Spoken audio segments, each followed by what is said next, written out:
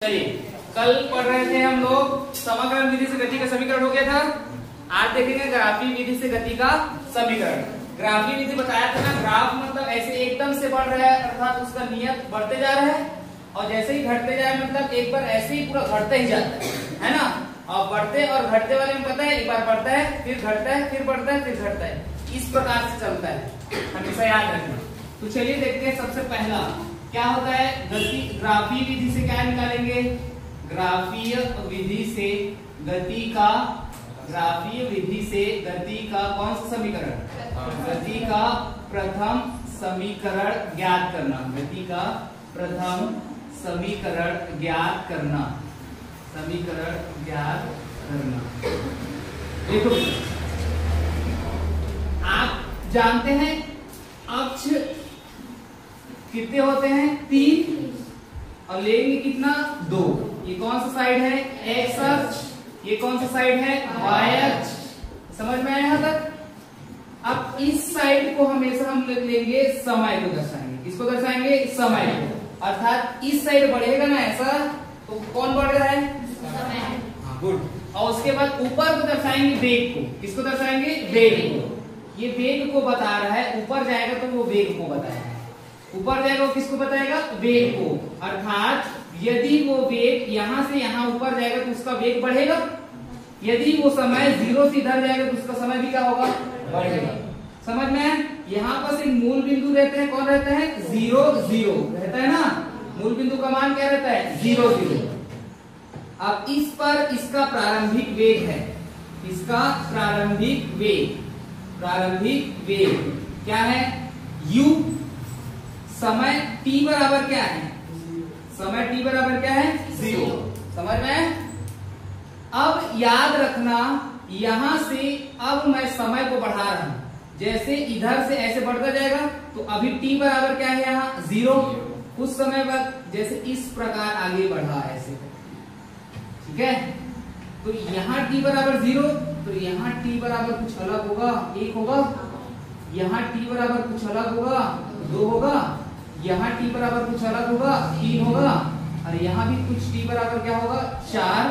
अर्थात ये t बराबर t मान सकते हैं, इसको t बराबर क्या लिख सकते हैं, t लिख सकते हैं। अब यही बस अंतिम वेग, अब v तो u तो बढ़ा होगा ना वेग, यहाँ से यहाँ गया होगा, तो लास्ट वेग कहाँ है, यहाँ पास। अर्थात यहाँ पास वेग क्या हो गया होगा, अंतिम वेग क्या हो गया होगा, अंतिम वेग। इतना दूर तक समझ में आया कि नहीं बताओ, अंतिम वेग क्या हो गया, v। ग्राफ से जा रहे हैं, पहले में क्या था, समय 0, प्रारंभिक वेग क्या था, u। जैसे ही समय बढ़ता गया अर्थात वेग यहाँ आया होगा, कुछ अलग हुआ होगा, इसका वेग का मान u से कुछ अलग होगा, u1 हुआ होगा। यहाँ गया होगा तो u2 हुआ होगा, यहाँ गया होगा तो u3, और यहाँ गया होगा तो u4, और यहाँ गया होगा तो v मान लेते। ठीक, एक बढ़ा और समय भी बढ़ा। इतना दूर तक समझ में आया।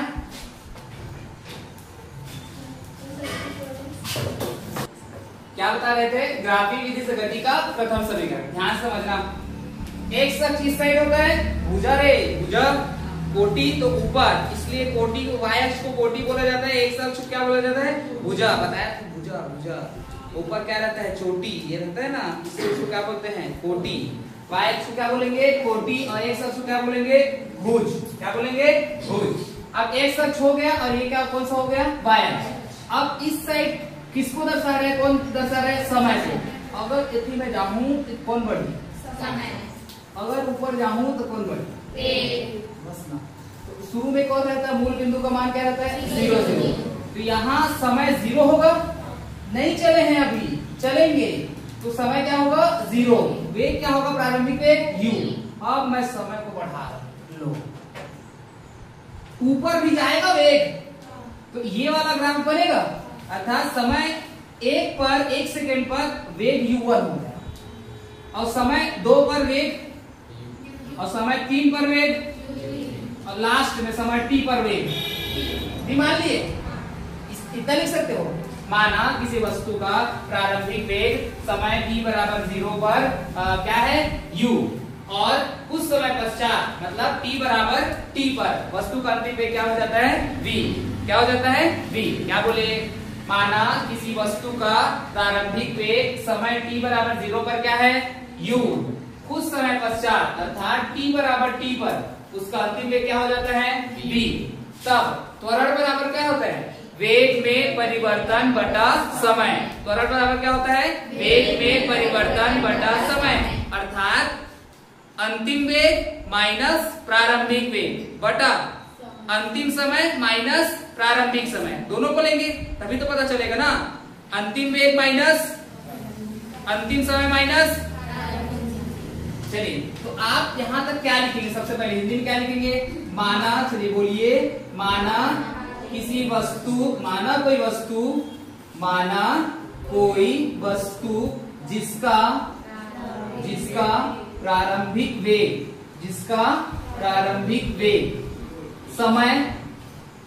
समय t बराबर 0 पर क्या है u है, ठीक है, कितना लिखने आ जाएगा। उसके बाद कुछ समय पश्चात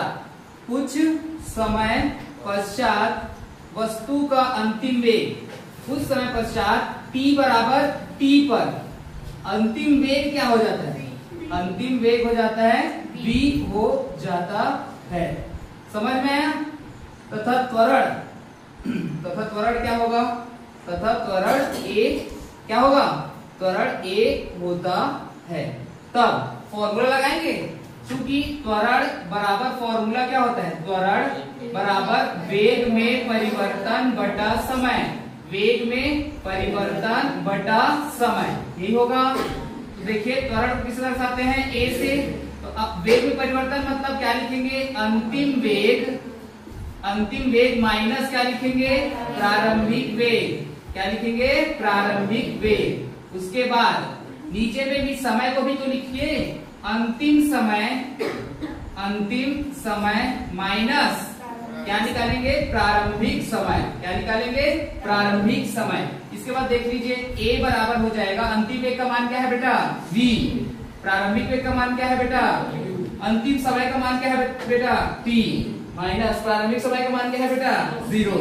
तो क्या आ जाएगा, a बराबर v माइनस u बटा क्या आ जाएगा t, t में से शून्य गया तो t इधर आएगा, तो क्या हो जाएगा a t बराबर में v माइनस u के इधर लेके आओ, a t प्लस क्या हो गया u, अर्थात v बराबर क्या आया u प्लस a t, क्या आया u प्लस a t। ये कौन सा हुआ, गति का प्रथम समीकरण है, यह गति का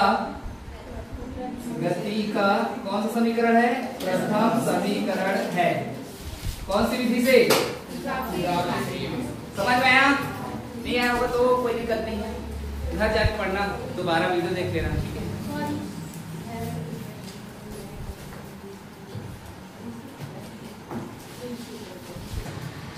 गति का दूसरा समीकरण निकालेंगे, गति का प्रथम समीकरण निकालिए, क्या निकालेगा गति का प्रथम समीकरण बताओ, v बराबर u प्लस a t, क्या निकाले, v बराबर u प्लस a t।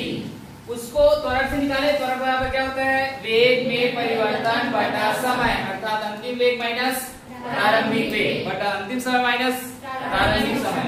आप याद रखिए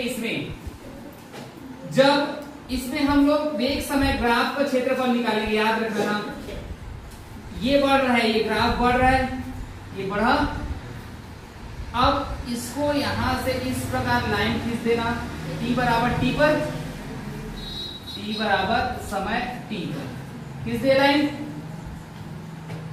समय t बराबर 0 पर वेग है u, प्रारंभिक वेग u है, इसको यहां से लाइन खींच देना, ठीक।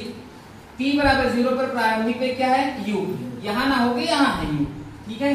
t बराबर 0 पर प्रारंभिक वेग क्या है u। अब जब 1 में जाएगा तो और बढ़ जाएगा, यहाँ आ जाएगा, ऐसे करके ये होगा, देखो ना बेटा, 1 यदि t बराबर 1 है तो ऐसे बढ़ेगा, ये भी तो बढ़ेगा, ये बढ़ेगा इधर, तो ये भी तो बढ़ेगा, है ना। तो u यहाँ पास है, अब बढ़ना स्टार्ट कर रहा है, तो अंतिम वेग मतलब यहाँ हो जाएगा, ऐसे करके ये हो गया। इसको क्या कर लेंगे, आगे बढ़ा देंगे ऐसे करके, ये इसको, ये अंतिम वेग क्या हो गया बी। अंतिम वेग क्या हो गया? बी। हो गया? इसका नाम दे देना, कुछ नहीं, ये ओ है, मूल बिंदु का मान क्या रहता है? ओ रहता है ना, तो इसको मैं मिटा रहा हूं ना, मूल बिंदु का नाम क्या रहता है? ओ। यहाँ टी बराबर क्या है? 0। अब देखो ओ, इसको नाम देना है तुमको ए, इसको भी भूल जाओ, इसको पूरा भूल जाओ ना, इसको आपको करना ही नहीं, बताया ना कैसे होगा, समझ गए हो ना? ऐसे ऐसे बढ़ते जाएगा तो वहां तक जाएगा। टी बराबर 0 हो गया, ये कंप्लीट। इसके बाद इसको मानना है तुमको ए, क्या मानना है? ए। इसको क्या मानना है? बी। इसको क्या मानना है? सी। इसको क्या मानना है? डी। ठीक है, आपका एक ग्राफ बन रहा है, देखिए ओ ए बी डी ऐसे बन रहा है एक तो, और आपको इसमें मिलेगा दो चीज, इसको मानना है मुझे ओ ए बी डी। रुको रुको रुको, यहां पास कोई ए माने, ठीक है? ओ ए बी डी, आपको दो चीज दिख रहा होगा, एक त्रिभुज दिख रहा है, एक चतुर्भुज भी दिखेगा। देखो ओ ए सी डी, 1 2 3 4 भुजा चार्ट है, एक आपको मिलेगा त्रिभुज ए बी सी, है ना? तो किसमें मिल रहा है? देखो तो ओ ए बी डी, इसी क्षेत्रफल में मिल रहा है आपको। दोनों चीजें किसमें मिल रहा है? देखो ओ ए बी और डी, इसी सब में क्या मिल रहा है आपको? त्रिभुज भी मिल रहा है और चतुर्भुज भी मिल रहा है, ठीक है? तो बाकी आपको लिखना पड़ेगा विस्थापन बराबर वेग समय ग्राफ का क्या चीज? क्षेत्रफल। वेग समय ग्राफ का क्षेत्रफल, क्या लिखना पड़ेगा? विस्थापन बराबर वेग समय ग्राफ का क्षेत्रफल। कहने का मतलब विस्थापन हो रहा है बेटा, विस्थापन पहले वेग कहाँ था? यहाँ था। वेग कहाँ चला गया? वेग कहाँ चला गया? बी में चला गया। अंतिम वेग क्या हो गया? बी। यहाँ था पहले, ए में था, तो उसका वेग क्या था? यू, प्रारंभिक वेग। जब वो बी में गया तो उसका अंतिम वेग क्या हो गया? और जब इसको पूरा इस क्षेत्र को घेरेंगे, पूरा इस क्षेत्र को घेरेंगे, यहाँ तक को पूरा ये वाला क्षेत्र मिल जाएगा। यहाँ से कनेक्ट करूंगा तो पूरा ये मिल रहा है, इसी क्षेत्रफल को लिखे हैं। तो विस्थापन हुआ यहाँ तक, तो उसी एरिया को पूरा घेर दो, तो वही क्या कहलाएगा? वेग समय ग्राफ का क्षेत्रफल। वेग भी मिल रहा है आपको और समय भी मिल रहा है, जिसमें यदि वेग और समय दोनों को घेर रहे हो, वही क्या कहलाया? वेग समय ग्राफ का क्षेत्रफल। समझ में आया? प्रारंभिक वेग क्या था? बिंदु ए पर u, अंतिम वेग क्या हो गया? v। समय क्या बढ़ गया? t बराबर t। समय क्या बढ़ गया? t बराबर t। अब ये ध्यान से समझना बेटा, t बराबर t हो गया। यहाँ से विस्थापन को किससे दर्शाते हैं? s से। तो लिखने आना चाहिए विस्थापन s बराबर वेग समय ग्राफ का क्षेत्रफल। आपको क्या क्या मिल रहा है? चतुर्भुज मिल रहा है, तो क्या लिख सकते हो? o a c d का क्षेत्रफल। क्या लिखोगे? o a c d का क्षेत्रफल प्लस क्या मिल रहा है? त्रिभुज मिल रहा है, तो त्रिभुज a b c का क्षेत्रफल। आया बेटा समझ में? आया? दो चीज मिला ना, o a c d का क्षेत्रफल, चतुर्भुज है ना, चतुर्भुज o a c d का क्षेत्रफल प्लस आपको क्या मिला? a b c का क्षेत्रफल। आया कुछ? यदि o से यहां तक a है ना, ये है, ये भी तो a है, o से a यदि आपका u है तो c से d भी क्या होगा? यदि o से t आपका t है तो a से c भी क्या होगा? आपका होगा। तो याद रखना, चतुर्भुज का क्षेत्रफल का सूत्र क्या होता है? सॉरी, आयत का क्षेत्रफल का सूत्र क्या होता है? ये आयत है ना, आयत का क्षेत्रफल का सूत्र क्या होता है? लंबाई गुणा चौड़ाई। s बराबर लंबाई गुणा चौड़ाई, ये हो गया। प्लस त्रिभुज का क्षेत्रफल का सूत्र क्या होता है? 1/2 आधार गुणा ऊंचाई। क्या होता है? आधार गुणा ऊंचाई। आयत का क्षेत्रफल लंबाई गुणा चौड़ाई और त्रिभुज का क्षेत्रफल 1/2 आधार गुणा ऊंचाई। अभी देखिए लंबाई कौन है और चौड़ाई कौन है, बताइए। इसमें चतुर्भुज में आपको, आयत में आपको लंबाई कौन पता चल रहा है? ये वाला लंबाई है, और ये वाला क्या है तुम्हारा चौड़ाई। तो यहाँ सबसे पहले मान निकालना सीखो। तो लंबाई क्या है अपने लिए ओ ए, यही है लंबाई क्या है ओ ए, बराबर में क्या है यू है। चौड़ाई क्या है बताओ, चौड़ाई क्या है ओ से डी, क्या है ओ से डी, ओ से डी, इसका मान क्या है टी है, क्या है टी। ओ से डी आपका चौड़ाई है, उसका मान क्या है टी। ओ से ए उसकी लंबाई है, उसका मान क्या है यू। समझ में आया। अर्थात सी डी भी बराबर भी क्या लिख सकते हैं हम लोग, सी डी बराबर भी क्या होगा यू ही होगा। और ए से सी बराबर भी क्या होगा, ए से सी बराबर भी क्या होगा टी होगा ना। ए से सी बराबर भी क्या होगा आपका टी। इतना बनाने के बाद समझिए क्या होगा। त्रिभुज का क्षेत्रफल क्या होता है 1/2 आधार गुणा ऊंचाई। यदि AC बराबर कितना है T, तो ये आधार है ना बेटा, त्रिभुज का क्या है ये आधार, तो इसके बराबर भी क्या होगा। अब निकालोगे A से B, A से B से D जाओ, B से D जा रहा हूं, ठीक है B से D जा रहा हूं, ये B से D आ रहा हूं। सबसे पहले कहाँ होगा ये कहाँ होगा CD, तो BD बराबर क्या होगा BC प्लस CD, क्या होगा BC प्लस CD। अब बताओ B से D आपको क्या मिला है वेग, कौन सा वेग मिला है अंतिम वेग। तो B से D कौन सा होगा अंतिम वेग B। BC का मान पता है क्या आपको, नहीं, इसी को निकालना है। तो BC प्लस CD का मान पता है क्या आपको, कितना है U, कितना है U। अब प्लस U को उधर भेजो, तो V माइनस U क्या हो गया BC, अर्थात BC का मान कितना आया V माइनस U। और बताइए ये उसकी क्या है, ये कर्ण है, ये क्या है लंब है या ऊंचाई, ये बोलते हैं ना। और ये क्या है उसका आधार। समझ में आया। अब यहाँ से मान रख दो, मान रख दो यहाँ से S बराबर लंबाई का मान क्या है बेटा OA, क्या है OA गुणा चौड़ाई का मान क्या है बेटा OD प्लस 1/2 आधार का मान क्या है बेटा AC, क्या है AC। ऊंचाई का मान क्या है बेटा BC, क्या है BC। देखो ना आधार का मान क्या है AC, ऊंचाई का मान क्या है BC, और लंबाई का मान क्या है, लंबाई का मान क्या है OA, और चौड़ाई का मान क्या है O से D। मान रखे सबका, यहां से मान रखेंगे S बराबर OA का मान बताओ कितना है, कितना है U। OD का मान कितना है T प्लस हाफ। AC का मान कितना है, कितना है T। अब बताओ BC का मान कितना है V माइनस U, क्या है V माइनस U। समझ में आया यहाँ तक। अब इसके बाद देखिए बेटा ये वाला फॉर्मूला जानते हो आप, V बराबर U प्लस AT, जानते हो। तो प्लस U इधर आएगा क्या होगा माइनस U अर्थात AT। तो V माइनस U की जगह में क्या लिख सकते हैं, लिख सकते हैं। तो इस V माइनस U की जगह में क्या लिखा जाएगा, तो S बराबर हो जाएगा UT प्लस हाफ, ये T बचा है। अब इसके जगह में क्या लिख दूंगा AT।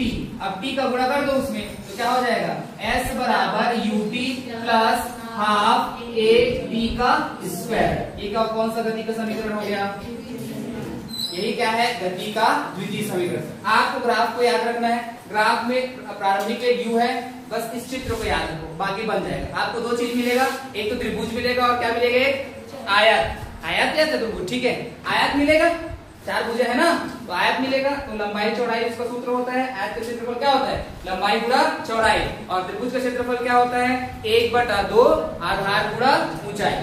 बना लीजिए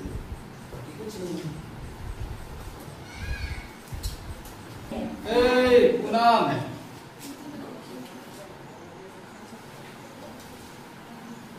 ग्राफी विधि से गति का कौन सा समीकरण ज्ञात करना है, तृतीय समीकरण। चित्र तो सेम टू सेम रहेगा। आप पहले एक में क्या निकाले, त्वरण बराबर वेग में परिवर्तन बटा समय। सेकंड में क्या निकाले, विस्थापन बराबर वेग समय ग्राफ का क्षेत्रफल। तो वेग समय ग्राफ के क्षेत्रफल में आपको कौन कौन दिखा, एक तो त्रिभुज दिखा और एक तो चतुर्भुज या आयत। आयत का क्षेत्रफल क्या होता है लंबाई गुणा चौड़ाई, त्रिभुज का क्षेत्रफल क्या होता है 1/2 आधार गुणा ऊंचाई। क्या होता है त्रिभुज का क्षेत्रफल 1/2 आधार गुणा ऊंचाई, ये होता है। अब समझिए इसका भी सेम है, इसमें समलंब चतुर्भुज का क्षेत्रफल बोलेगा। समलंब चतुर्भुज का फॉर्मूला होता है समांतर भुजाओं का योग गुणा समांतर भुजाओं के बीच की दूरी।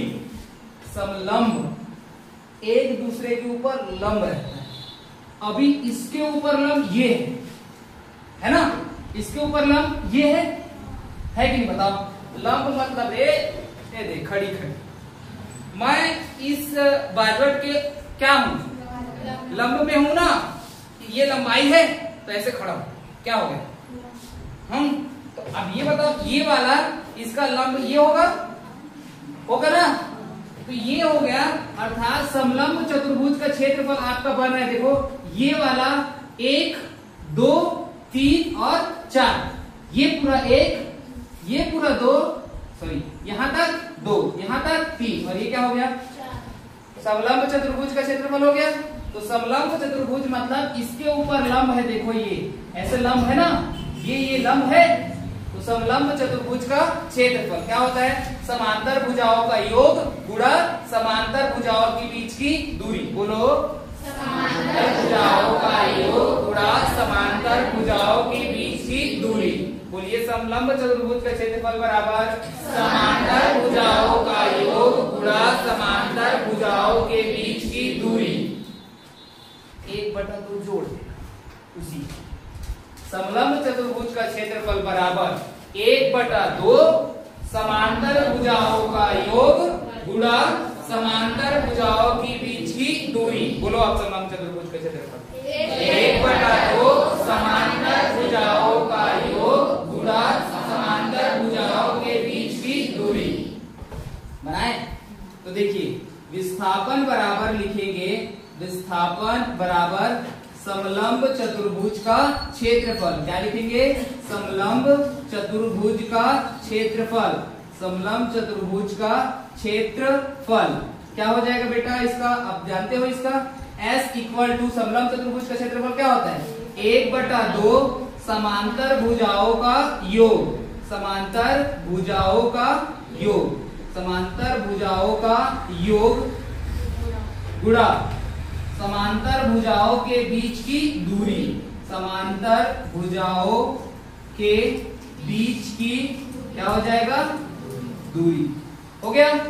क्या लिखे, समलंब चतुर्भुज का क्षेत्रफल क्या होता है, 1/2 समांतर भुजाओं का योग गुणा समांतर भुजाओं के बीच की दूरी।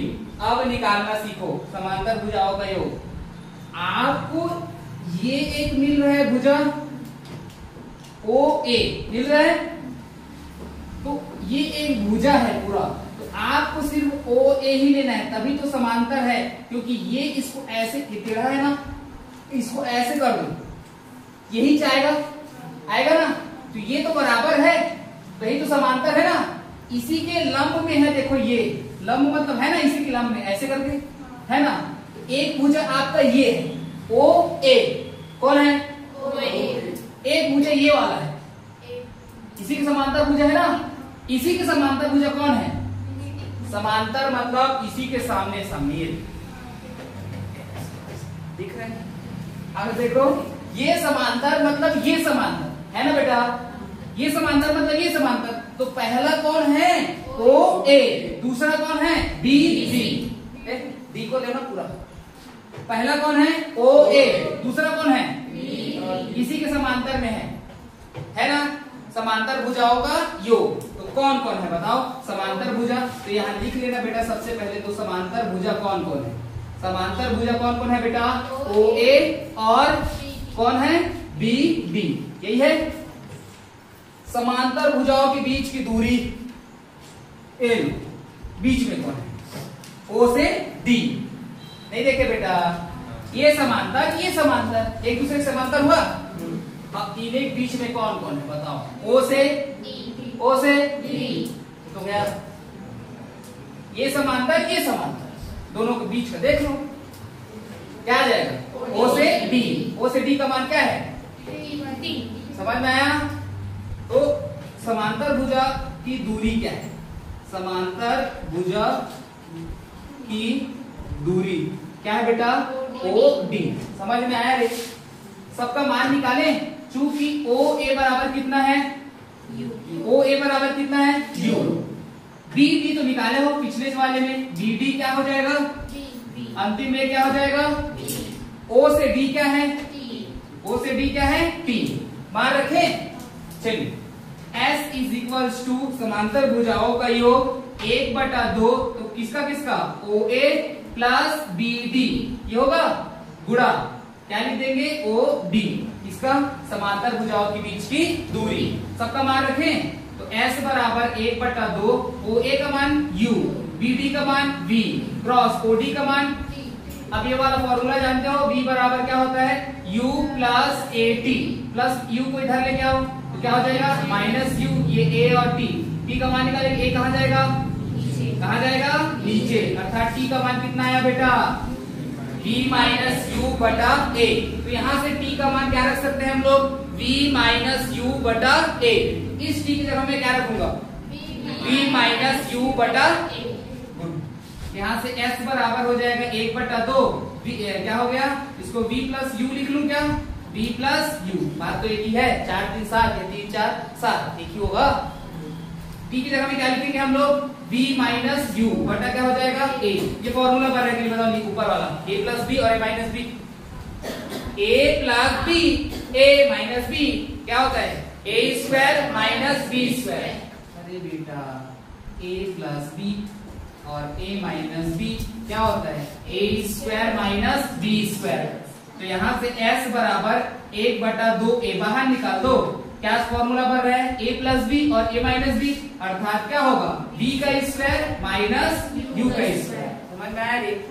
अब 2a कहाँ जाएगा इधर 2a इधर आ जाएगा तो क्या हो जाएगा 2as बराबर क्या हो गया b square minus u square minus वाले को इधर ले आओ तो 2as प्लस u का स्क्वायर बराबर v का स्क्वायर अर्थात v स्क्वायर बराबर कितना आ जाएगा u स्क्वायर प्लस 2as। ये कौन सा समीकरण है गति का तृतीय समीकरण। इसको समझ में नहीं आया बताओ हाँ जी।